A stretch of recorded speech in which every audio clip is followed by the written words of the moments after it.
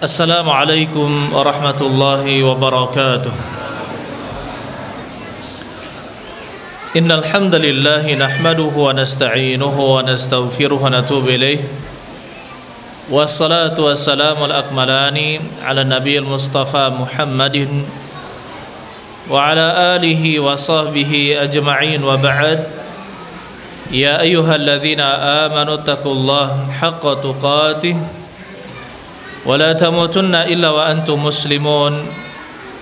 Ya ayyuhalladzina amanu taqullaha wa qulu qawlan sadida yuslih lakum a'malakum wa yaghfir lakum dhunubakum wa man yuti'illaha wa rasulahu faqad faza fawzan 'azima wa ba'd. Ayyuhal ikhwan rahimani wa rahimakumullah, saudari sekalian, Bapak Ibu sekalian yang mudah-mudahan kita semua dirahmati oleh Allah Subhanahu wa taala. Alhamdulillah pada hari ini kita bisa melanjutkan kajian di masjid di salah satu rumah Allah Subhanahu wa taala. Allah Subhanahu wa taala menjadikan masjid sebagai khairul buq'ah, sebaik-baik tempat di muka bumi ini, dan menjadikan pasar sebagai syarrul buq'ah. Oleh karena itu kita harus bersyukur kepada Allah Subhanahu wa taala jika hati-hati kita terpaut, terikat dengan masjid Allah Subhanahu wa taala, dan mudah-mudahan seperti yang dikatakan oleh Nabi sallallahu alaihi wasallam, salah satu orang yang mendapatkan naungan Allah Subhanahu wa taala di mana tidak ada naungan pada hari itu kecuali naungan Allah Subhanahu wa taala, wa rajulun qalbuhu mu'allaqun bil masajid, yaitu seseorang yang hatinya terpaut, terikat dengan masjid-masjid. Kemanapun berada teringat masjid, kemanapun berada teringat dengan masjid. Mudah-mudahan Allah Subhanahu wa taala menjadikan kita termasuk orang-orang yang seperti itu. Amin ya rabbal alamin. Kita lanjutkan pada pertemuan kali ini. Ini adalah kajian lanjutan kita membahas pelajaran tauhid untuk tingkat lanjutan dari buku yang dikarang oleh Syekh Dr. Abdul Aziz bin Muhammad Alu Abdul Latif, dan buku ini sudah diadakan? Sudah ya. Mungkin yang belum punya silahkan menghubungi panitia sehingga bisa dibelikan lagi. Dan alhamdulillah buku ini sebenarnya bukan tujuannya untuk komersil, jadi harganya terhitung sangat murah ya, terhitung sangat murah. Taib. Dan bagi yang punya harta, gratiskan saja gitu kan. Mana saya tanggung semuanya, kan selesai. Kalau ada jalan kebaikan, semangat untuk mengerjakannya tanpa dipinta, tanpa diminta, tanpa diajukan proposal, langsung otomatis bergerak sendiri. Ya, ini orang-orang yang memiliki harta. Kita masuk ke dalam muqaddimahnya dulu. Ayyuhal ikhwan rahimani wa rahimakumullah, di halaman yang pertama, pengarahan umum. Karena buku ini ditujukan juga untuk pengajar, sehingga kita harapkan ya seorang yang belajar bisa mengajarkan kepada muridnya. Dan sudah kita katakan pada pertemuan lalu atau sebelum-sebelumnya, usahakan kalau kita tidak bisa mengajar, kita belajar sampai kita bisa mengajarkan ilmu tersebut. Dan kita usahakan ada yang bisa kita jadikan murid, meskipun materi-materi yang sangat dasar kita punya 1 atau 2 orang murid itu sudah cukup. Kalau misalkan tidak bisa banyak, maka kita memiliki murid-murid yang bisa kita ajarkan kebaikan kepadanya, dan juga kita bisa titipkan ilmu kita sehingga menjadi amal amal jariyah, sehingga menjadi amal jariyah bagi kita. Pengarahan umum. Segala puji bagi Allah Tuhan semesta alam. Salawat dan salam tetap dilimpahkan kepada Rasul kita Nabi Muhammad SAW, sang penunjuk jalan kebenaran, yang terpercaya juga kepada keluarga dan segenap sahabatnya. Amma ba'du. Inilah materi pelajaran tauhid untuk jenjang i'dadi. Kalau di Indonesia setingkat SLTP, SMP. Ya, kalau sekarang namanya bukan i'dadi tapi namanya adalah al-mutawassithah. Al-mutawassithah.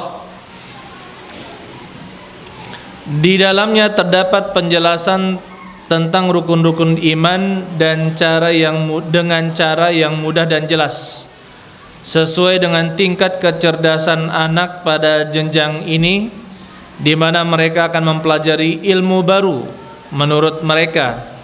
Di samping itu, buku ini juga memperhatikan sistematika materi, dipandang dari sudut ilmiah karena disajikan dengan dalil juga.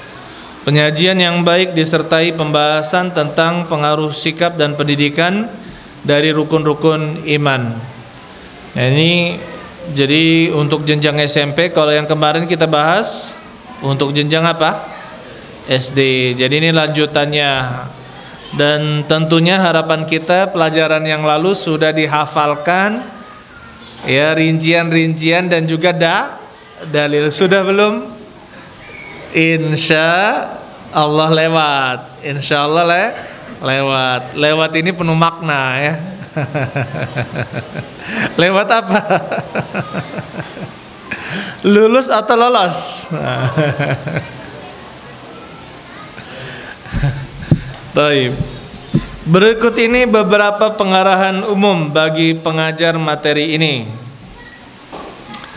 Ini nasihat, ya, untuk yang mengajarkan ilmu tauhid dan ilmu-ilmu yang lain. Yang pertama, hendaknya setiap pengajar memperhatikan sisi dakwah, sehingga senantiasa mengarahkan dan membimbing para siswa pada kebaikan. Jadi ketika kita mengajar para pendidik, itu jangan lupa dengan tujuan pendidikan dia sebagai pendidik. Bagaimana dia menjadikan ini sebagai ladang dakwah dia, ladang tarbiyah, ladang ta'lim, sehingga berbuah pahala. Kata Rasulullah SAW, "Idza matal insan", apabila seorang manusia itu meninggal, "inqata'a amaluhu illa min thalath", akan terputus amalannya kecuali dari tiga hal. Shadaqatun jariyah, sedekah jariyah, maksudnya yang terus mengalir pahalanya walaupun dia meninggal. Wal ilmun yuntafa'u bihi, ilmu yang dimanfaatkan, ya, ilmu tersebut selalu dimanfaatkan. Wa waladun salih yad'u lahu, dan anak saleh yang mendoakannya. Ini akan terus sampai. Jadi kalau selama ada ilmu yang terus diamalkan, bahkan terus diajarkan, maka ini akan terus bermanfaat untuk orang yang sudah meninggal. Dan ini adalah sebaik-baik amalan yang bisa kita lakukan untuk menjadikan amalan kita itu terus mengalir walaupun kita sudah meninggal. Begitu pula kata Rasulullah SAW, "Man dalla ala khairin falahu mithlu ajri fa'ilihi." Barang siapa menunjukkan kepada kebaikan, maka dia akan mendapatkan pahala seperti orang yang mengamalkannya. Kita ajarkan murid-murid kita ilmu yang bermanfaat, dia mengamalkannya. Setiap dia mengamalkannya, kita mendapatkan pahala insya Allah. Begitu pula kata Rasulullah SAW, "Man sanna fil islami sunnatan hasanah", barang siapa mengajak kepada kebiasaan yang baik, ya, Barang siapa yang mencontohkan atau mengajak kepada kebiasaan yang baik, falahu ajruha wa ajru man amila biha, maka dia mendapatkan pahalanya dan mendapatkan pahala orang yang mengamalkannya tanpa mengurangi sedikit pun pahala orang yang mengamalkannya. Ini adalah keutamaan yang sangat besar untuk para pendidik. Begitu pula kata Rasulullah sallallahu alaihi wasallam, innal alim, sesungguhnya orang yang berilmu itu la yastaghfiru lahu man fis samawati wal ardi, akan dimintakan ampun oleh yang penghuni langit dan penghuni bumi, hatta al-hitan fi jawfil ma, sampai ikan-ikan ya di dalam air akan memintakan ampun kepada orang yang mengajarkan kebaikan. Maka ini kita selalu mengingat keutamaan-keutamaan ini akan menyemangati kita untuk terus mengajarkan kebaikan. Kemudian yang kedua, hendaknya setiap pengajar mengetahui tentang besarnya amanat yang dibebankan di atas pundaknya dalam mendidik generasi mukmin. Lalu hendaknya selalu ingat keutamaan orang yang mengajarkan kebaikan kepada manusia secara umum dan keutamaan pengajar tauhid secara khusus, di mana ia merupakan ilmu yang paling mulia dan utama. Jadi seorang itu harus ingat bahwa dia ini mengemban amanah yang sangat besar. Amanahnya bagaimana?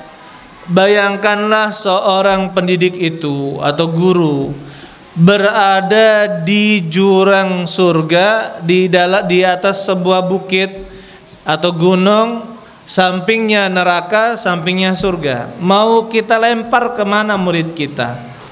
Seperti itu. Ya, seorang pendidik bisa dia masukkan murid-muridnya ke dalam neraka dengan cara mengajarkan yang salah. Bisa tidak seorang guru mengajarkan yang salah? Bisa. Ya, seperti saya atau kita. Saya bisa buat agama baru yang menyelisih Islam dengan dalil dari Al-Quran dan hadis. Kalau saya mau. Kenapa? Kalau saya buat agama baru dengan dalil, bisa. Ya. Kenapa? Karena kita sudah tahu detail ayat, detail hadis. Ah, ini bisa kita buat agama baru di sini dalilnya ini. Tapi itu hawa nafsu, ya. Akan kita lakukan tidak? Kenapa? Karena ada dai-dai yang menyuruh kepada neraka. Nauzubillahi min dzalika. Oleh karena itu ya ikhwan, bayangkan kita berada di dalam satu jalan, ada dua jalan, ini surga, ini neraka. Kita antarkan mereka ke surga, insya Allah. Kita tunjukkan jalan-jalan menuju surga. Kemudian selanjutnya, orang yang mengajarkan tauhid itu memiliki keutamaan yang sangat besar. Kenapa? Karena di dalam tauhid ini adalah penentu seorang itu mukmin atau kafir, muwahhid, ahli tauhid atau musyrik. Mukmin yang benar-benar mukmin dengan munafik, dengan orang munafik. Kalau misalkan orang mengajarkan fikih, oke, itu utama. Mengajarkan tafsir, hadis dan ilmu-ilmu adab itu utama. Tetapi penentu semuanya adalah ilmu tauhid. Kenapa? Percuma saja orang khatam pelajaran fikih, tapi ternyata dia masih berbuat kesyirikan, masih minta-minta ke kuburan, masih sesajen ke sungai, masih memakai jimat, masih menyembelih untuk selain Allah Subhanahu wa taala. Paham fikih tapi ternyata masih menyembah kepada selain Allah Subhanahu wa taala. ilmunya tidak akan berguna. Kenapa? Karena dia adalah orang yang musyrik. Begitu pula kafir. Contohnya dengan mempelajari tauhid, dia tahu bahwasanya tidak boleh mencela syariat agama ini, bagian dari agama ini walaupun satu. Ya, kalau mencela syariat maka keluar dari agama Islam. Mengingkari satu huruf dari Al-Quran itu keluar dari agama Islam. Ini pelajaran fikih atau tauhid? Pelajaran tauhid. Ya. Jadi contohnya pernah saya dapatkan cerita dari guru di Madinah. Ada ibu-ibu, ada guru ibu-ibu mengatakan bahwa di Al-Quran itu salah harokat. Al-Quran salah harokat katanya. Harusnya nggak begini. Secara ilmu nahwu katanya, secara ilmu bahasa harusnya harokatnya seperti ini. Diteleponlah, dipastikan di cross check lagi, ya kan? Ya ternyata benar pemahamannya itu salah. Harusnya dia kalau dia tidak paham, ilmunya belum sampai, harusnya apa yang dia lakukan guru tersebut? Bertanya kepada ulama, kan seperti itu. Bertanya kepada ulama. Ternyata dia tidak melakukannya. Sudah dinasihati, di cross check, kemudian dinasihati, masih bengal, tidak nurut. Akhirnya diberhentikan dari mengajar. Maka yang seperti ini ya ikhwan sangat riskan. Ya, mengatakan bahwa Al-Quran itu salah harokat itu suatu yang fatal. Di dalam Al-Quran ada kesalahan. Ini di mana? Di dalam ilmu apa yang dipelajari? Di dalam ilmu tauhid. Para malaikat yang di dalam agama lain disebut dengan dewa-dewa, dewa gunung, dewa ini, ya kan? Itu disembah. Sedangkan dengan ilmu tauhid kita mengetahui bahwasanya para malaikat itu hanyalah makhluk yang diberi keistimewaan oleh Allah Subhanahu wa taala, diciptakan dari cahaya dan tidak memiliki ubudiyah, tidak memiliki hak untuk disembah. Dipelajari di mana ini? Di tauhid. Maka pelajaran tauhid bukanlah pelajaran yang remeh. Dia sangat penting. Yang ketiga, hendaknya ia memperhatikan masalah cara memudahkan materi ini dan membuat senang para siswa terhadapnya, yakni dengan mengadakan persiapan yang baik, penyampaian yang bagus, pemberian contoh-contoh dan penyampaian kisah-kisah. Jadi pelajaran tauhid, bagaimana seorang guru mempersiapkan materi ajarnya, membuat RPP misalkan, bahan ajar, dan kita sesuaikan dengan sifat atau karakter yang dimiliki oleh peserta didik kita, ya, murid-murid kita. Kemudian yang keempat, hendaknya setiap pengajar menjadi suri teladan yang baik bagi para siswanya, dan hendaknya ia menanamkan perasaan kepada para siswanya bahwa dirinya adalah laksana orang tua bagi mereka. Jadi kalau misalkan pendidik sudah menganggap dirinya adalah seperti orang tua yang harus memberikan yang terbaik untuk anaknya, maka dia akan memberikan contoh yang baik, akan membimbing mereka sebaik-baiknya. Dalam sebuah hadis, ya, kata Rasulullah SAW, innama ana lakum bimanzilatil walid u'allimukum. Innama ana lakum, sesungguhnya saya bagi kalian, bimanzilatil walid, laksana orang tua, u'allimukum, saya ajari kalian. Coba bayangkan ayolah ikhwan, kalau seluruh orang yang berilmu menahan diri untuk mengajarkan ilmu, bagaimana jadinya umat ini? Dulu ketika saya masih kecil, yang SMP, yang SMA, kakak-kakak SMA itu mau mengajari adik-adik SD, ya, ngajarin ngaji, ngajarin ini, masya Allah senang, seperti itu. Di mana-mana, di masjid-masjid melakukan seperti itu. Sekarang anak SMA-nya gengsi ngajarin ngaji, seperti tidak ada kebanggaan terhadap hal tersebut. Padahal di sana, ya ini perubahan zaman, ayo ikhwan. Kemudian sedikit yang mau jadi guru ngaji, sedikit yang mau jadi guru ngaji. Ya, padahal pahalanya sangat besar sekali. Yang kelima, hendaknya setiap pengajar memperhatikan kondisi para remaja yang memasuki masa puber.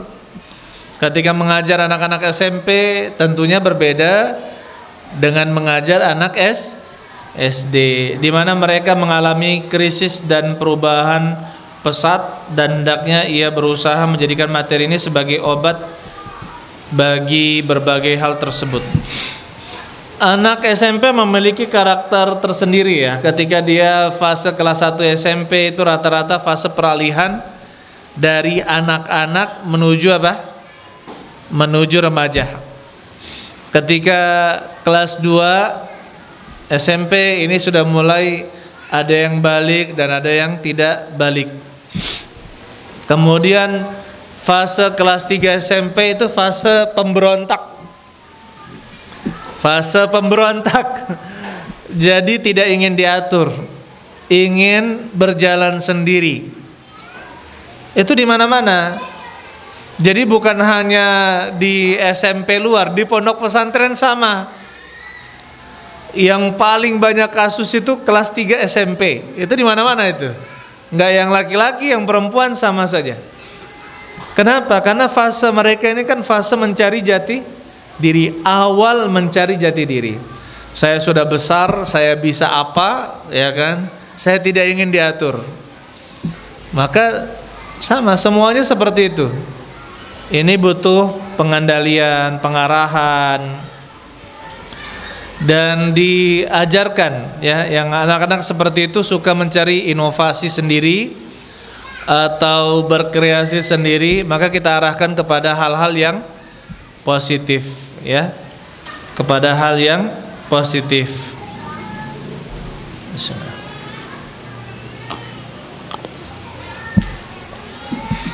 Kemudian mereka juga sering cari sensasi. Lompat dari gedung lantai 2, parkur katanya. Astagfirullah. Kita yang orang tua yang hatinya apa? Pergi naik motor. Nak, kamu di mana? Di Prabu Muli. Astagfirullah. Sudah sampai Prabu Muli gitu kan? Di mana? Di Bukit Merapi Barat. Masya Allah.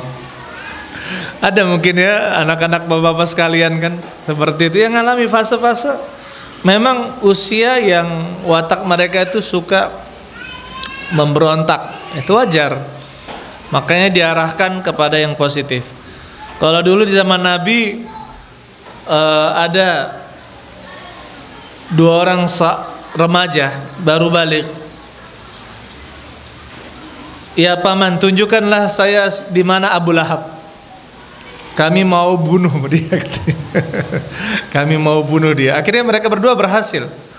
Berdua menyerang. Ya, coba usia remaja baru balik, semangatnya untuk berjihad, membunuh penghina Rasulullah Sallallahu Alaihi Wasallam. Berarti kan apa?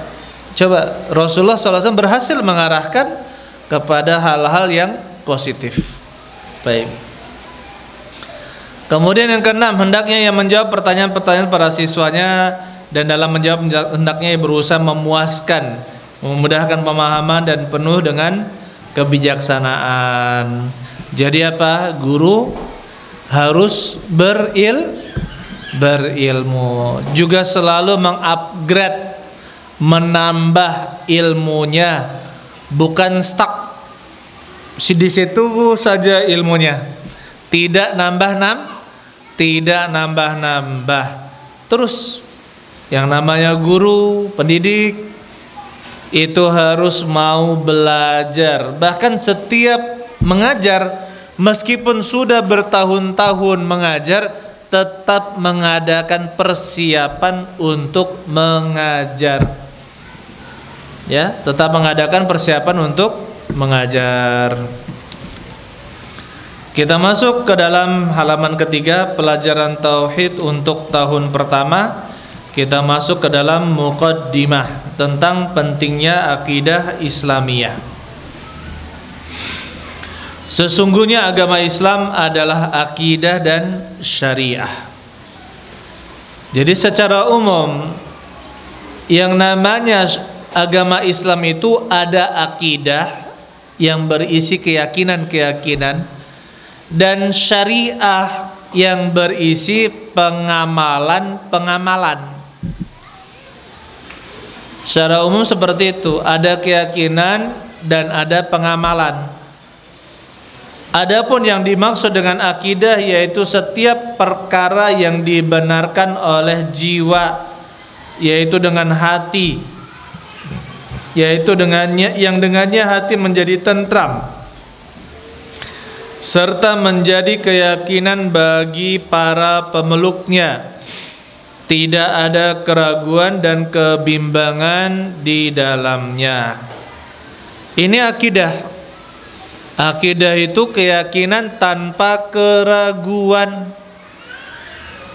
Contohnya kemarin ya, bifadlillahi ta'ala ada yang baru meninggal. Dia mengatakan bahwa Islam itu belum sempurna. Ya. Ini apa ini? Tolong dinasihati.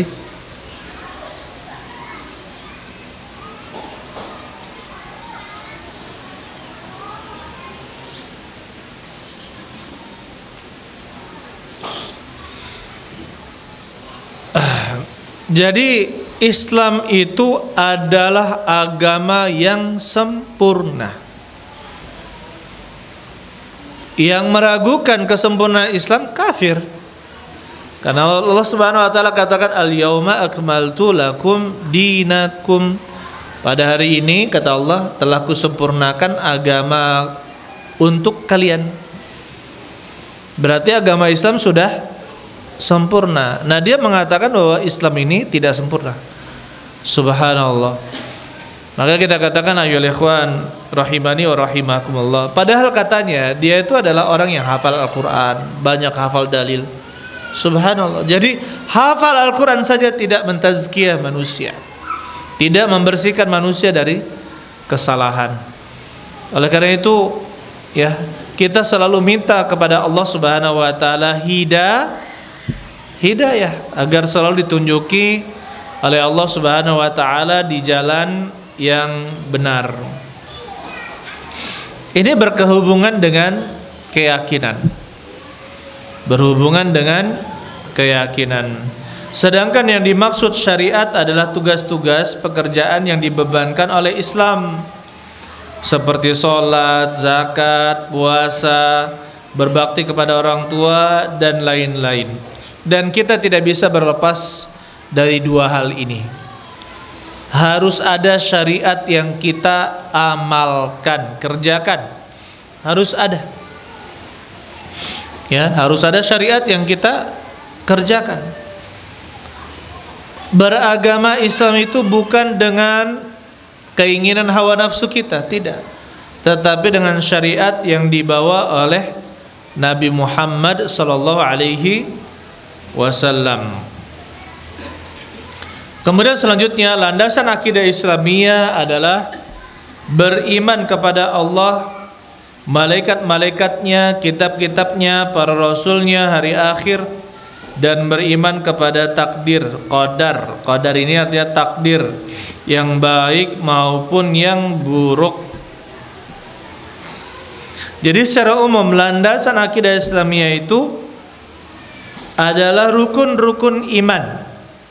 Iman kepada Allah, malaikat-malaikatnya, kitab-kitabnya, rasulnya, hari akhir, dan beriman kepada takdir yang baik maupun yang buruk.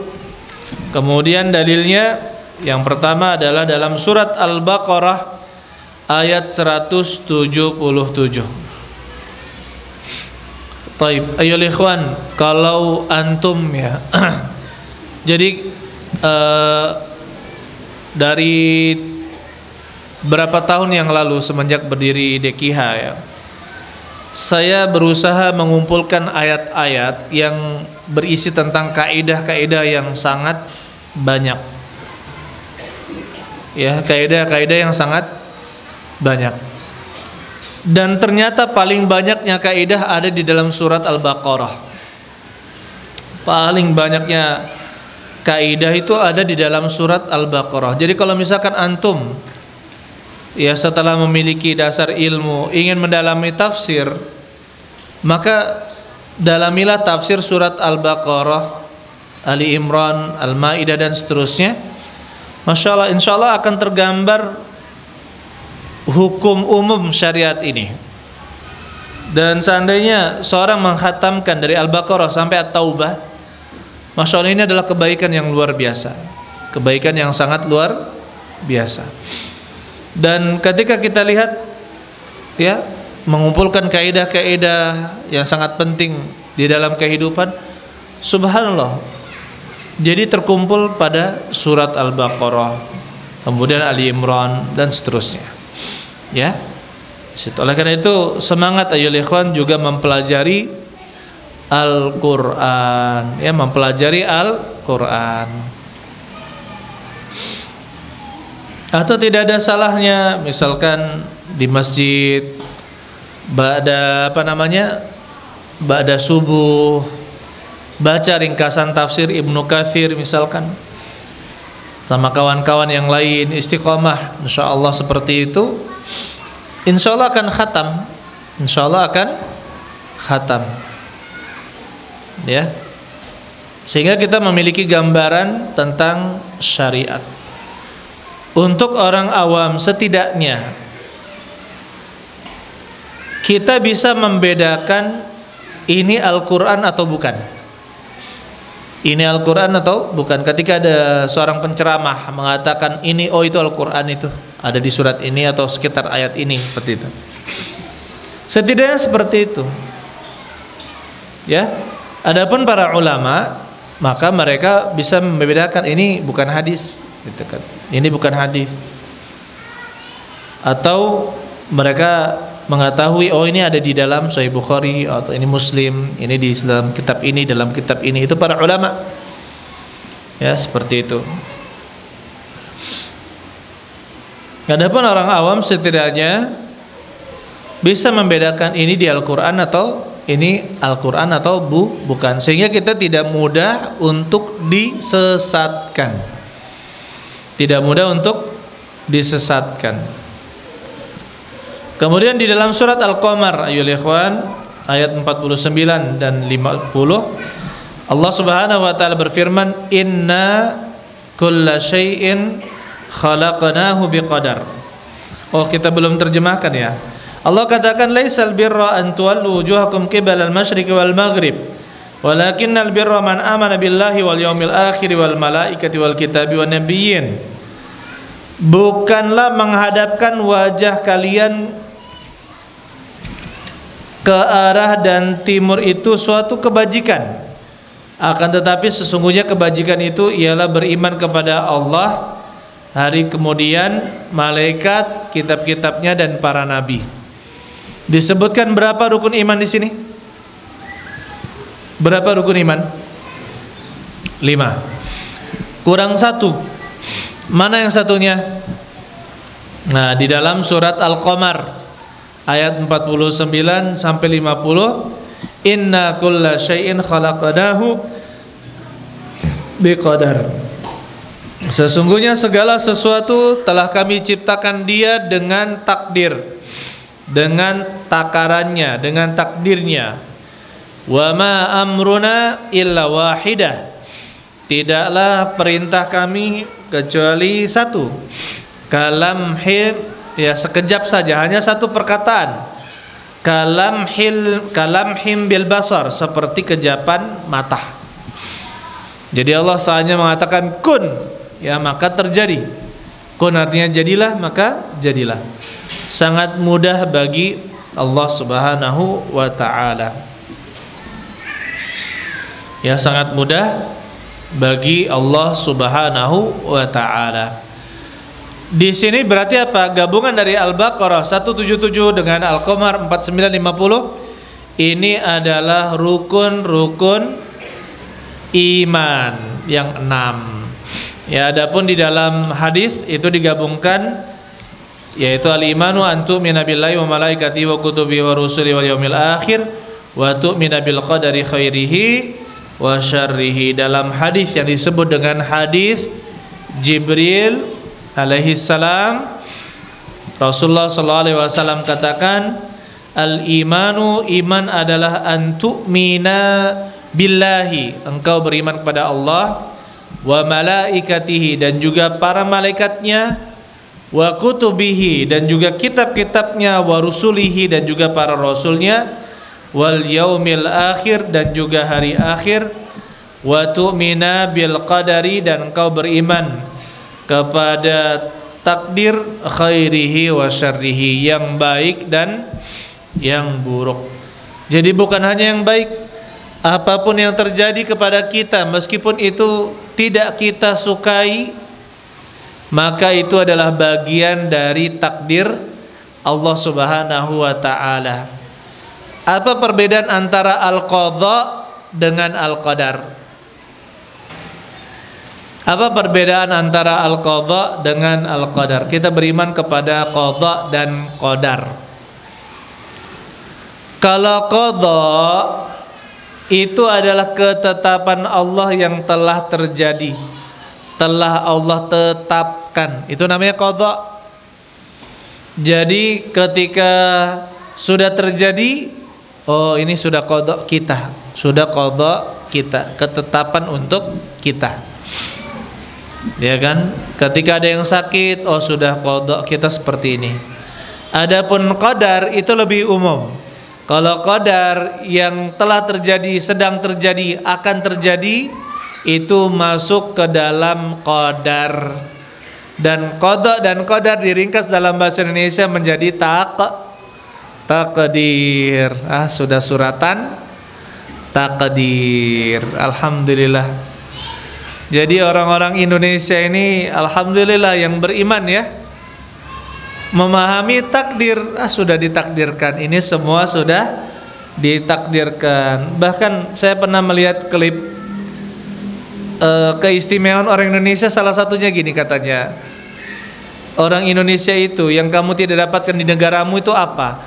Katanya orang Indonesia itu kapan kita ada masalah, sabar, hadapi aja, ini semua sudah diatur gitu katanya kan.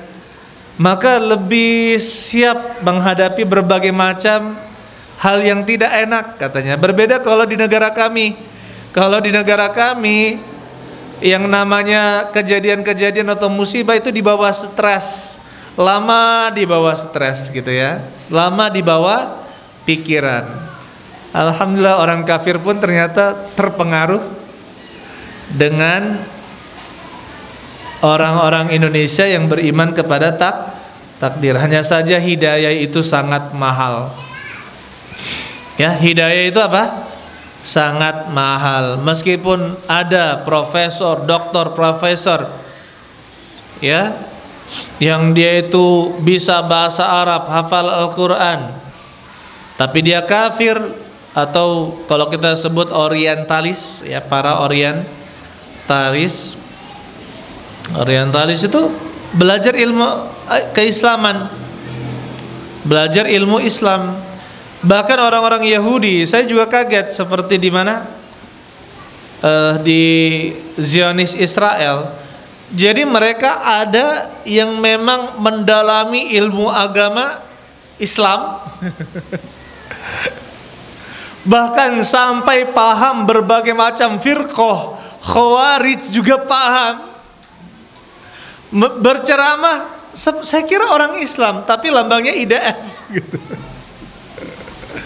Ini Zionis, tapi kok ceramah tentang Khawarij, ceramah tentang ini, astagfirullah. Berarti memang di antara mereka, ya dia berbicara dengan bahasa Arab fasih. Memang ada yang dijuruskan untuk belajar agama Islam, mempelajari Islam. Orang agama lain belajar Islam mendalam, orang Islam males belajar agama Islam. Pas dikasih serangan fajar, nerima. Alangkah murahnya suaramu, ya kan? Di sini berapa kalau pasarannya? Berapa? 100. Berapa antum? 100 satu kotak mie, satu kotak mie. Murah berarti di sini masih. Kalau di sana dikit 300. Katanya kalau tidak 300 enggak galak. 300 mahal nih, aduh. 300 kali 1000 berapa? 300 juta ya? Iya kan? Masya Allah. 300.000 kali 1000 orang 300 juta. Kalau mau jadi ini butuh 10.000. Nah itu berapalah duitnya sudah? 3M berarti kan? Terus dikhianati pula. Ngasih dia apa? Nyoblos yang lain. Allah musta'an. Ini lemahnya keimanan, akhirnya mudah untuk diapakan? Disogok. Bagaimana negara kita mau pemimpin yang adil, ya kan? Ternyata masyarakatnya sendiri menerima uang haram. Nah, gini masalah. Kama takunu yuwalla alaikum. Ini ungkapan dari zaman dahulu yang terus dilestarikan oleh para ulama. Sebagaimana kalian, seperti itu juga kalian dipimpin. Sebagaimana kalian itu akan dipimpin seperti itu juga. Subhanallah.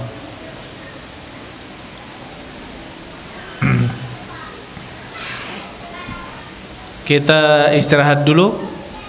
Panitia sudah memberi kode 10 menit saja ya, kita karena terlambat, qadarullah, perjalanan tidak disangka. Allah alam bisawab. Barakallahu fikum jami'an. 10 menit saja insyaallah kita kembali ke majelis kita. Barakallahu fikum jami'an. Ayyuhal ikhwan rahimani wa rahimakumullah. Saudara sekalian yang mudah-mudahan kita semua dirahmati oleh Allah Subhanahu wa taala. Kita lanjutkan sampai zuhur jam berapa? 12.17 ya. Baik, insyaallah sampai zuhur. Pentingnya akidah Islamiyah tampak dalam banyak hal. Di antaranya, satu, bahwasanya kebutuhan kita terhadap akidah adalah di atas segala kebutuhan, dan kepentingan kita terhadap akidah adalah di atas segala kepentingan. Sebab tidak ada kebahagiaan, kenikmatan dan kegembiraan bagi hati kecuali dengan beribadah kepada Allah Subhanahu wa taala, Rabb dan pencipta segala sesuatu. Taib. Nah, di sini ya ikhwan, pentingnya akidah Islamiyah. Kita tidak akan merasakan kebahagiaan di dunia dan di akhirat sampai kita mempelajari akidah ini dengan benar. Contohnya masalah tauhid. Jika masih ada ketergantungan pada makhluk, ya, seperti meminta kepada ini, meminta kepada itu, memakai jimat dan sebagainya, seorang tidak akan merasakan manisnya keimanan, karena dia masih memiliki yang lain sebagai Tuhannya, sebagai sembahannya. Padahal kata Nabi sallallahu alaihi wasallam, "Dzaqa ta'mal imani man radhiya billahi rabba wa bil islami dina wa bi Muhammadin sallallahu alaihi wasallam nabiyya." Yang merasakan manisnya keimanan adalah orang yang ridha Allah menjadi Rabbnya, Islam menjadi agamanya, dan Muhammad sallallahu alaihi wasallam sebagai nabinya,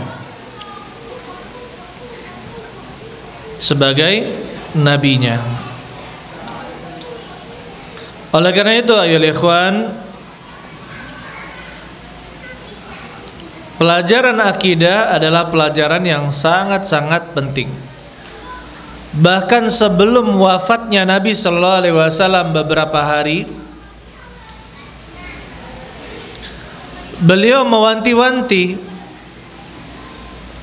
kepada para sahabatnya, la tattakhidhu qabri idan, janganlah kalian menjadikan kuburanku sebagai tempat yang sering dikunjungi.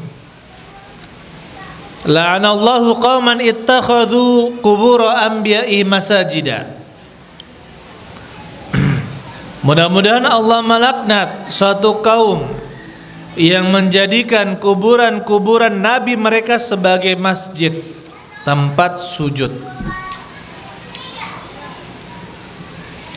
Peringatan dari Nabi sallallahu alaihi wasallam, padahal ini permasalahan apa?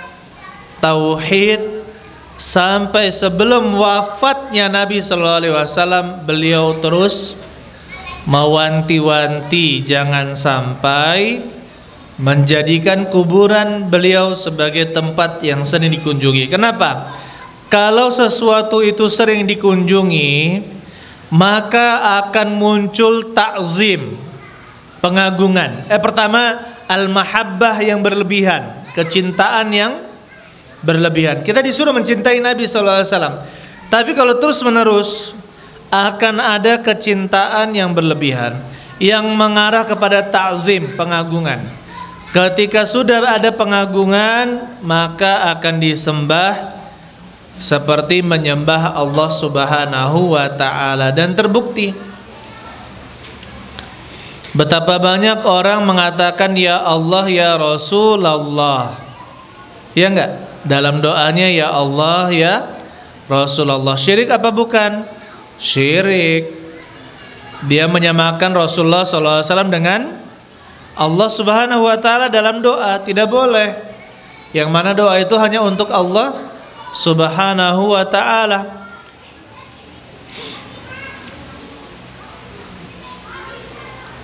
Pernah tidak mendapatkan orang meninggal, wasiatnya kuburkan saya di depan masjid, di samping masjid, atau bangunkan saya kuburan, kemudian kuburannya dibangun masjid. Ada tidak? Masih ada tidak sampai sekarang? Masih ada. Maka ini adalah hal yang harus kita jaga dan kita peringatkan manusia. Dan ini bukan permasalahan remeh antara tauhid dengan syirik. Bahkan subhanallah, jimat-jimat itu ada jimat-jimat yang sudah dimodifikasi menjadi tren anak muda, berwarna-warni gelang-gelang itu. Ternyata apa? Itu jimatnya naik kelas, ikuti tren, jadi Gen Z juga. Subhanallah, jimat pun ikut berubah biar keren. Sudah dijampi-jampi, ada khodamnya katanya. Allahumma musta'an. Apakah ya mungkin pikiran kita semakin majunya ilmu, orang semakin belajar ilmu, maka kesyirikan akan semakin ditinggalkan dan tidak dipercayai. Buktinya banyak orang masih pergi ke dukun. Banyak orang percaya ramalan. Bahkan subhanallah, zodiak sudah putus apa belum? Masih banyak, bahkan saya kira berhenti semakin maju orang belajar. Nanti paling, pikir saya dulu, paling 20 tahun lagi orang nggak bakalan percaya pada Pisces, apalagi Leo, Saturnus ya, Saturnus, Libra. Kalau saya dulu Libra kayaknya. Kayaknya iya. Kayaknya. Saya kira, aduh apalah itu. Ternyata ini nggak apa, belum hilang. Masih percaya terhadap yang seperti itu, ramalan bintang. Padahal dari orang-orang yang terkenal, orang-orang berpendidikan, masih belajar yang seperti itu. Na'udzubillahi min dzalika, ya. Maka ya ikhwan rahimani wa rahimakumullah, belum selesai. Ya, kesyirikan itu masih merajalela. Bahkan kalau kita lihat banyak orang-orang masih memakai jimat. Ada yang untuk biar terlihat berwibawa, ya enggak? Ada yang biar, kalau perempuan biar terlihat cantik. Apalagi pesugihan. Masih banyak sekarang ini yang pasang pesugihan. Na'udzubillahi min dzalika. Makanya kita katakan, yang pertama kita selamatkan dulu diri kita dan juga anak kita serta anak didik kita. Ya, seperti itu. Kemudian kita mulai berdakwah, sampaikan kepada yang lain dengan cara yang bijak, dengan cara yang baik. Entah mungkin ajak bercanda sambil nyinggung-nyinggung sedikit masalah jimat, sehingga dia meninggalkan perjimatan, ramalan dan sebagainya. Kemudian ayol ikhwan, ada satu kenikmatan yang jika ya seluruh kenikmatan kalau kita tidak dapatkan di dunia, itu bisa kita dapatkan di akhirat, kecuali satu kenikmatan. Seluruh kenikmatan yang ada di dunia ini bisa kita dapatkan di akhirat, bahkan lebih nikmat, kecuali satu kenikmatan. Jadi kalau misalkan Pak Budi nggak bisa 2, 3, 4, di akhirat banyak Pak Budi. Jangan khawatir Pak Budi. Kalau ibu-ibu nggak dibelikan emas, perak, permata dan sebagainya oleh suaminya, tenang, di surga banyak. Tenang, di surga banyak. Mau tas atau apa, baju yang mantep, banyak di akhirat, terserah. Mau kendaraan, banyak. Tapi satu kenikmatan yang apabila tidak tidak bisa, jika tidak didapatkan di dunia, di akhirat juga tidak dapat, yaitu kenikmatan mendapat hidayah. Kenikmatan mendapatkan hidayah. Saya beri contoh. Mana ini ada siapa namanya? Nama ya antum? Ya. Siapa nama antum? Siapa? Fakhri. Al-Akh Fakhri. Kalau antum dapat 10 miliar besok, ketika bangun tidur dapat 10 miliar, ya, besok hari dapat 10 miliar, mau nggak? Tapi satu syarat, ketika besok tidak bisa membuka mata untuk pertama kali. Dapat 10 miliar tapi nggak bisa buka mata lagi gitu. Mau tidak? Nggak akan mau ya. Tidak akan mau. Ini menunjukkan bahwa kita bangun pagi bisa melek itu lebih berharga daripada 10 miliar. Bener nggak? Bener nggak? Loh, iya bener. Fakhri kasih 10 miliar nggak mau, tapi nggak bisa buka mata. Kan gitu. Berarti kalau kita buka mata pagi hari 10 miliar, berarti 10 miliar itu kalah dari membuka mata. Hidup, ya kan? Nah, sekarang kita dalam keadaan sakit, yang divonis kalau tidak operasi dengan biaya 10 miliar, kita akan mati. Akan dibantu, tapi syaratnya pindah agama. Mana yang kita pilih? Mending mati atau pindah agama? Mending mati. Ini menunjukkan hidayah lebih mahal daripada hidup itu sendiri. Masya Allah. Kenikmatan hidayah itu lebih mahal dari kenikmatan kita hidup. Kenapa? Karena orang Islam meyakini ada kehidupan setelah kematian.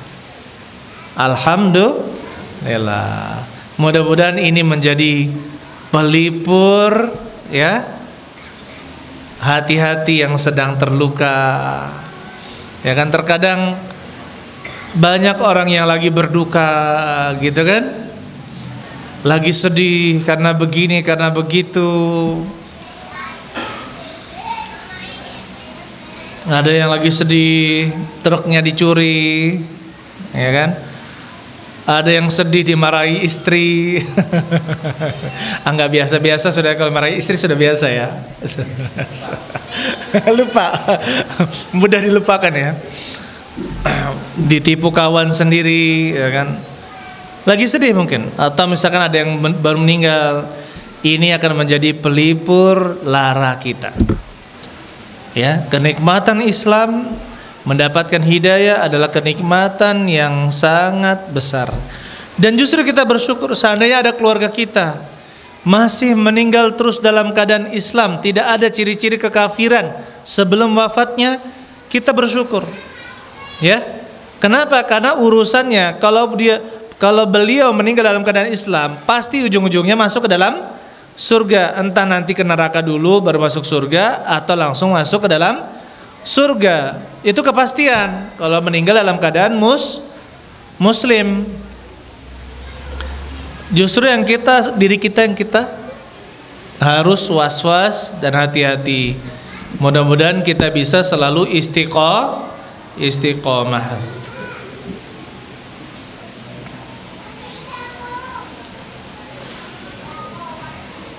Yang kedua, bahwasanya akidah Islamiyah adalah kewajiban yang paling besar dan yang paling ditekankan.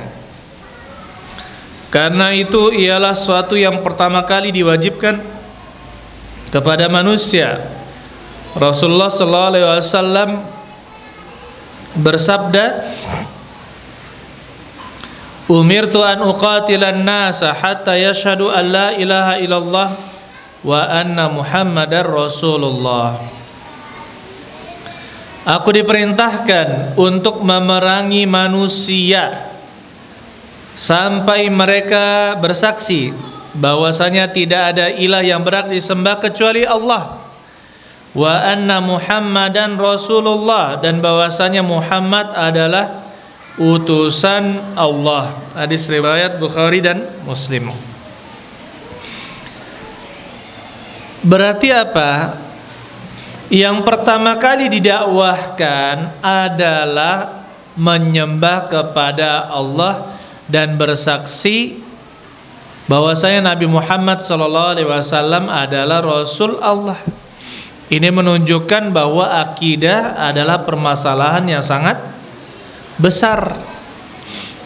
Ya, ketika mereka masuk ke dalam Islam, maka mereka tidak diperangi. Ya, ketika itu mereka tidak diperangi. Bahkan Allah Subhanahu wa taala tidaklah mengutus pada setiap kaum kecuali ada rasul yang mengajak agar menyembah hanya kepada Allah Subhanahu wa taala. Sekarang ini ayyuhal ikhwan, banyak orang takut mendakwahkan tauhid. Padahal para dai, para penceramah itu tahu ilmunya. Tidak boleh begini, tidak boleh begini, tidak boleh begitu. Tidak boleh begini, tidak boleh begini, tidak boleh begitu.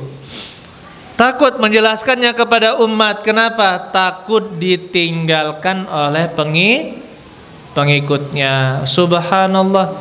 Kalau masih seperti itu, tujuannya adalah dunia. Takut menjelaskan kebenaran. Ya, bukan karena Allah, tapi karena manusia. Na'udzubillahi min dzalika. Inilah duat su, ya, para pendakwah yang sangat buruk, maka jangan kita ikuti.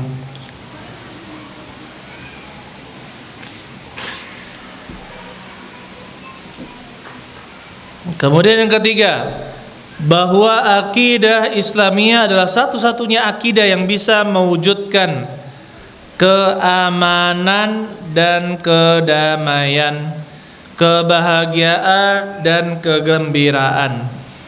Allah Subhanahu wa taala berfirman dalam surat Al-Baqarah ayat 112, "Bala man aslama wajhahu lillahi wa huwa muhsin, falahu ajruhu 'inda rabbih, wala khaufun 'alaihim wala hum yahzanun." Bala, sekali-kali tidak demikian.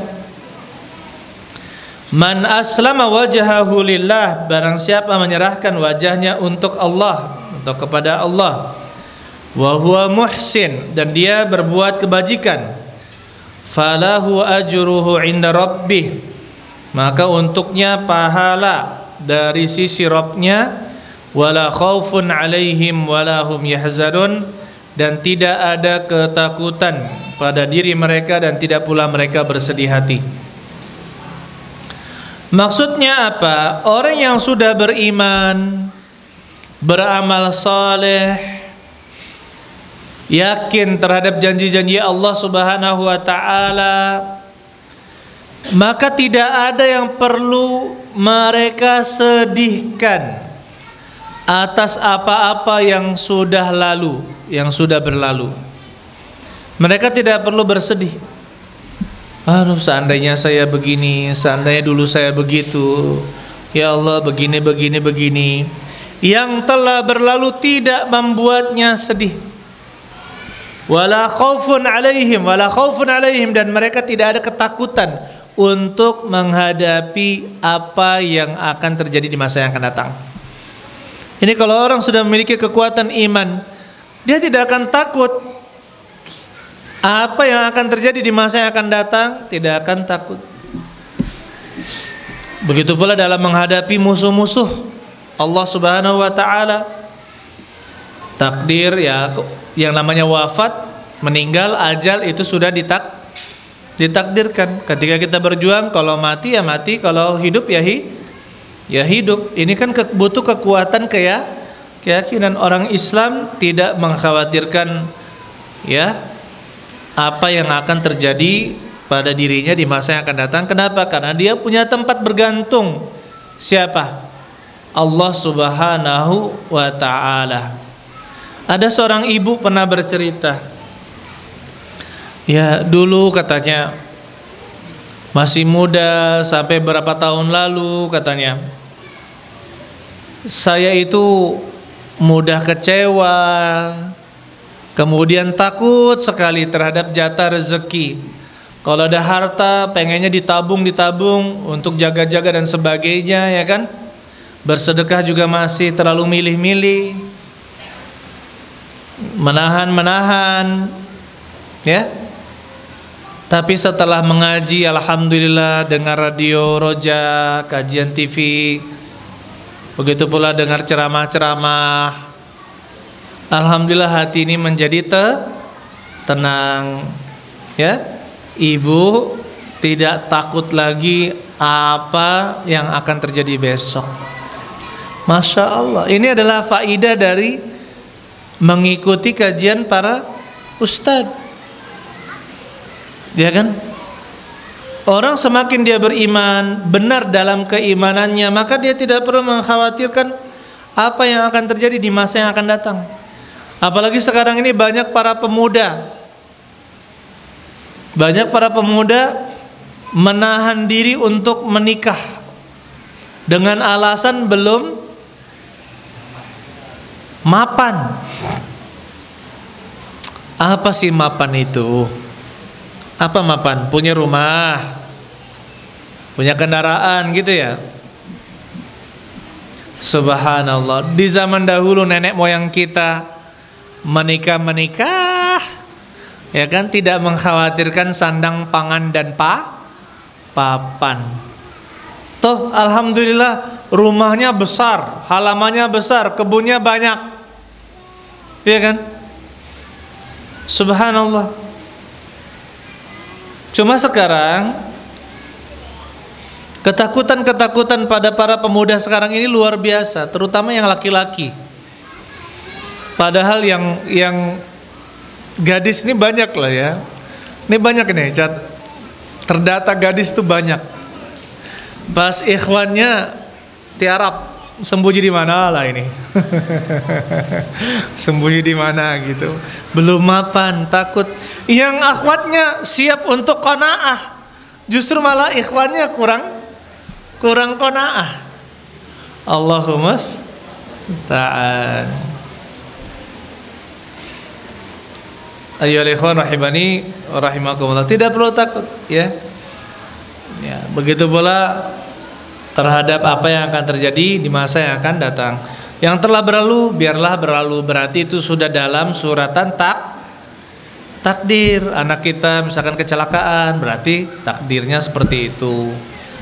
Ya kan? Yang ini begini, yang ini begitu, tetangga kita seperti ini, oh sudah ditakdirkan. Jadi tidak perlu bersedih atas apa yang telah berlalu, dan kita terus mengintrospeksi diri, muhasabah. Bisa jadi apa yang terjadi pada diri kita itu adalah akibat dosa-dosa yang telah kita lakukan. Ya, apa yang terjadi pada diri kita dan itu kita tidak inginkan, betapa banyak yang tidak kita inginkan, itu karena dosa-dosa yang telah kita lakukan. Ada seorang ibu datang kepada Ustadz minta waktunya, bisa Ustadz? Iya, ada apa ibu? Katanya dia ingin bicara khusus. Ustadz, saya sudah berdoa kepada Allah Subhanahu wa taala, berbagai macam cara saya ini saya gunakan, banyak sudah saya sedekahkan, tapi penyakit saya kok nggak hilang-hilang. Saya sudah berobat juga.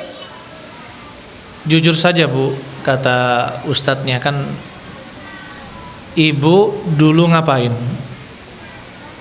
sebelum ini ketika muda? Iya Ustadz, saya 30 tahun sebagai pelacur. Subhanallah, 30 tahun melacurkan diri. Jadi kalau Allah Subhanahu wa taala azab dengan berbagai macam penyakit, ya kan? Itu suatu yang wajar, ya enggak? Kenapa? Itulah cara Allah Subhanahu wa taala menggugurkan apa? Dosa-dosa. Cara Allah Subhanahu wa taala menggugurkan dosa. Kata Rasulullah sallallahu alaihi wasallam, "Wala yazalul 'abdi", senantiasa hamba mendapatkan bala, ya, sampai dia keluar dari dunia tanpa menyisakan dosa sedikit pun. Bagaimana cara Allah Subhanahu wa taala menggugurkan dosa? Dengan cara memberikan penyakit, memberikan ini kesulitan-kesulitan. Maka ditanya balik kalau ustadznya tadi, berapa tahun ibu sebelumnya? Apa yang ibu lakukan sebelumnya? Saya begini ustadz, melacur. Berapa tahun? 30 tahun. Ya wajar Bu, katanya. Ya, ini adalah sesuatu yang wajar. Makanya kita renungi, jangan-jangan apa yang kita dapatkan itu juga karena dosa kita, sehingga inilah saatnya kita menggugurkan dosa-dosa kita. Ada seorang subhanallah yang tadinya muda, masya Allah, dia itu jualan laris, dagangannya masya Allah. Kemudian ditimpa ketika pandemi kemarin, ya, habis sampai sekarang masih belum bisa beranjak bangkit. Tapi subhanallah, ada husnuzan beliau terhadap Allah. Beliau bilang seperti ini, ya wajarlah Ustadz, saya juga dulu di masa muda banyak melakukan dosa, kata beliau. Masya Allah, ini adalah husnuzan, baik sangkanya beliau kepada Allah Subhanahu Wa Taala. Wajar, justru mensyukuri bahwa hanya seperti ini, ujiannya hanya seperti ini, masih bisa dijalani hidupnya, masih bisa dijalani hidupnya, kan seperti itu. Walaupun tidak bisa dulu mau beli apa ada gitu kan, tidak sampai seperti itu. Mau apa bisa, tapi beliau berhusnuzan kepada Allah Subhanahu Wa Taala. Dan ternyata memang yang kita dapatkan, beliau itu dulu adalah preman, termasuk preman yang ditakuti, ya kan, dulu waktu muda. Kayak kita katakan, ya alhamdulillah, titik yang ingin kita sampaikan bagaimana dia berhusnuzan, baik sangka kepada Allah Subhanahu Wa Taala. Allahu a'lam bissawab. Ini materi kita. Kemudian ayo ikhwan, kita ingatkan ya, bahwasanya ada teman-teman kita yang sedang berjuang, ya, membangun masjid misalkan, atau membangun lembaga pendidikan, menyalurkan sedekah, membantu orang-orang yang tidak mampu. Contohnya di sini saja, di tempat kita ini, utamakan yang paling dekat. Ya, ketika ingin bersedekah, berwakaf, lihatlah mana yang paling dekat. Selama kita yakin mereka masih bisa percaya, beliau-beliau masih amanah di dalam menggunakan harta, salurkan sebagai ladang amal kita. Contohnya sekolahan, ini belum jadi tuh, tingkat 2 belum jadi, ya kan? Tanah sudah lunas belum? Sudah lunas? Oh, yang sana belum? Ada lagi? Baru lagi. Tanah masih ngutang, ya kan? Masjid perlu biaya operasionalnya luar biasa. Ini terkadang datang ke masjid pengennya masjidnya bersih, harum, ya kan? Ternyata dananya kurang, ya sumbang ke masjid. Kalau banyak keinginan, banyakkan juga sumbangan ke masjid, kan gitu. Kenapa sih kelasnya kayak gitu? Ya sumbang. Ya. Makanya kita titipkan harta-harta kita di jalan Allah Subhanahu Wa Ta'ala, dan insya Allah pahalanya akan terus mengalir, ya, pahalanya akan terus mengalir. Dan juga ya ikhwan, kalau kita tidak mampu, kita jadi agen kebaikan. Kita jadi apa? Agen kebaikan. Dan tidak tercela kalau kita menunjukkan orang lain untuk berwakaf. Bahkan itu dilakukan oleh Rasulullah SAW. Yang tercela itu minta sumbangan untuk diri sendiri. Tapi kalau mengajak orang lain, ayo kita sumbangan, ayo kita wakaf, ayo kita bangun ini, bangun itu, tidak tercela. Bahkan itu adalah agen kebaikan. Agen kebaikan yang seperti kita katakan tadi, man dalla ala khairin falahu mithlu ajri fa'ilih. Barang siapa menunjukkan kepada kebaikan, maka dia akan mendapatkan pahala orang yang mengamalkannya. Jadi kalau kita bantu panitia nih, edarkan amplop atau rekening atau apa di sini, kaleng misalkan ya. Gara-gara kita orang jumblang 100 juta, kita salurkan juga 100 juta tanpa potongan, kita juga dapat pahala 100 jutanya itu. Insya Allah. Jadi kan terkadang banyak orang yang nggak punya modal ya, kebutuhan diri sendiri masih belum tercukupi, ya sudah jadi agen-agen kebaikan. Insya Allah orang menyumbang, kita salurkan tanpa dikurangi sedikit pun, maka pahalanya mengalir untuk beliau dan juga untuk kita. Ini harus semangat untuk melakukan kebaikan-kebaikan. Dan yang namanya pendidikan Islami, ayo ikhwan, di mana-mana. Ya, yang namanya pendidikan Islami yang rela mengurus umat. Itu sampai sekarang banyak gaji guru-guru itu yang belum mencapai UMR. Benar apa betul? Benar dan betul, ya kan? Banyak yang belum sampai UMR. Itu di mana-mana. Ya, di mana-mana belum sampai UMR. Nah, kalau misalkan kita tidak bisa berjuang, karena pernah saya dapatkan ya, ketika itu kami waktu pertama kali buka yayasan, kita datangkan ustadz. Tidak seberapa besar sebenarnya ya, masih bujang. Kita kasih waktu itu 1,5 juta bulanannya.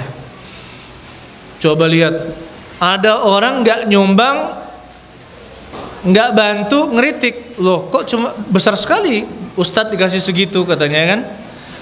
Harusnya berapa? 400, 500 katanya. Dalam hati saya, mau nggak ente tukaran, ente jadi ustadznya, dia jadi pedagangnya, gitu kan? Tukaran, mau nggak? Dia dikasih 500, sudah beranak pianak, iya kan? Dia yang kerja, ya nggak mau. Makanya di situ kita harus paham ya ikhwan. Kalau ada saudara-saudara kita berjuang di lembaga pendidikan, siap dengan seperti itu, mana penghargaan kita juga gitu. Ya. Dulu seperti Abdullah bin Mubarak, sengaja beliau mencari harta untuk apa? Menafkahi para pengajar Al-Qur'an. Hartanya digunakan untuk menafkahi para ulama, para muqri, para hafiz yang mengajarkan Al-Qur'an. Hartanya digunakan untuk kebaikan-kebaikan. Kenapa? Karena jelas nyalurkan harta ke orang miskin belum tentu dipakai untuk yang baik. Ya enggak? Main slot pula nanti. Kan gitu. Tapi kalau disalurkan kepada orang-orang yang berjuang di lembaga di lembaga pendidikan, insya Allah hartanya penggunaannya jelas. Penggunaannya jelas. Seperti itu ayyuhal ikhwan rahimani wa rahimakumullah. Selama ada jalan kebaikan, bersemangatlah untuk itu. Dan ingat, mana qasat shadaqatun min mal. Sedekah itu tidak akan mengurangi harta. Yakin itu. Sedekah itu tidak akan mengurangi harta. Sedekah. Banyak bapak-bapak yang pelit, ibu-ibu yang pelit, rezekinya juga pelit. Benar ini. Dan bersyukurlah kalau bapak-bapak dapat istri yang apa? Yang suka menasehati untuk bersedekah. Ini masya Allah, kalau dapat istri seperti itu, jangan sedekahlah. Masa cuma 100.000? Ya kan? Kasihlah yang lain. Kalau untuk dia 500 lah kasih gitu kan. Jangan tanggung-tanggung. Suaminya yang agak nahan-nahan, istrinya malah seperti itu. Berbahagialah kalau antum punya istri seperti itu. Jadi saling tolong menolong dalam kebaikan, insya Allah. Rezeki itu tidak kemana, ya. Dan rezeki yang paling nikmat adalah kita merasakan ketenangan, ketentraman dalam keimanan. Betapa banyak orang yang punya harta, meskipun dia beriman, tetapi tidak mendapatkan ketentraman dalam dirinya. Anaknya durhaka, berkata kasar, sering pergi malam, ya kan? Sementara anaknya dia ketika dia tentram, nurut, tidak durhaka, masya Allah. Ini kenikmatan yang sangat besar. Allah alam bisawab. Saya rasa cukup. Ada pertanyaan nggak ini?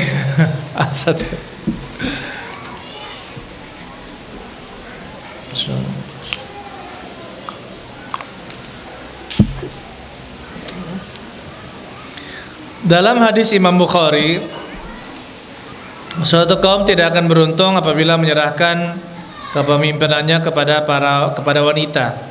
Banyak di zaman sekarang wanita mencalonkan diri menjadi pemimpin. Apa hukumnya orang-orang yang memilihnya? Nah, ini bagaimana lan yufliha qaumun walau amrohum imro'ah. Kama qala sallallahu alaihi wasallam, tidak akan beruntung suatu kaum yang menyerahkan kepemimpinan mereka kepada wanita. Berarti secara syariat kita tidak boleh memilih, kita tidak boleh menyerahkan kepemimpinan kepada seorang wanita. Ini secara syariat. Akan tetapi di dalam syariat kita ini ada namanya hukmus syuru', hukum sebelum dia terjadi, dan hukmul wuku', hukum setelah sesuatu itu terjadi. Jika belum terjadi maka para ulama melarangnya. Jangan, kata para ulama, jangan memilih wanita. Tetapi setelah terjadi ternyata misalkan pemimpin yang naik adalah wanita, ya, maka tetap kita katakan, para ulama mengatakan sami'na wa ata'na fil ma'ruf. Kita dengar dan taat selama tidak diperintahkan untuk melakukan perbuatan maksiat. Mengakui pemimpin wanita tersebut, ya kita akui sebagai pemimpin. Kenapa? Karena sudah terjadi. Sebagaimana budak boleh tidak menjadi pemimpin? Tidak boleh, seorang budak tidak boleh menjadi pemimpin. Tapi ketika dia menjadi pemimpin, ya, dia menjadi pemimpin bagaimanapun caranya, dia jadi pemimpin, maka tidak ada pilihan kecuali sami'na wa ata'na. Kita dengar dan kita taat selama tidak menyuruh untuk melakukan perbuatan maksiat. Kata Rasulullah SAW, wa in ta'ammara 'alaikum 'abdun, meskipun yang memimpin kalian adalah seorang hamba, fasma' wati', dengar dan taat. Barakallahu fikum jami'an, subhanakallahumma bihamdik, asyhadu an la ilaha illa anta, astaghfiruka wa atubu ilaik. Assalamualaikum warahmatullahi wabarakatuh.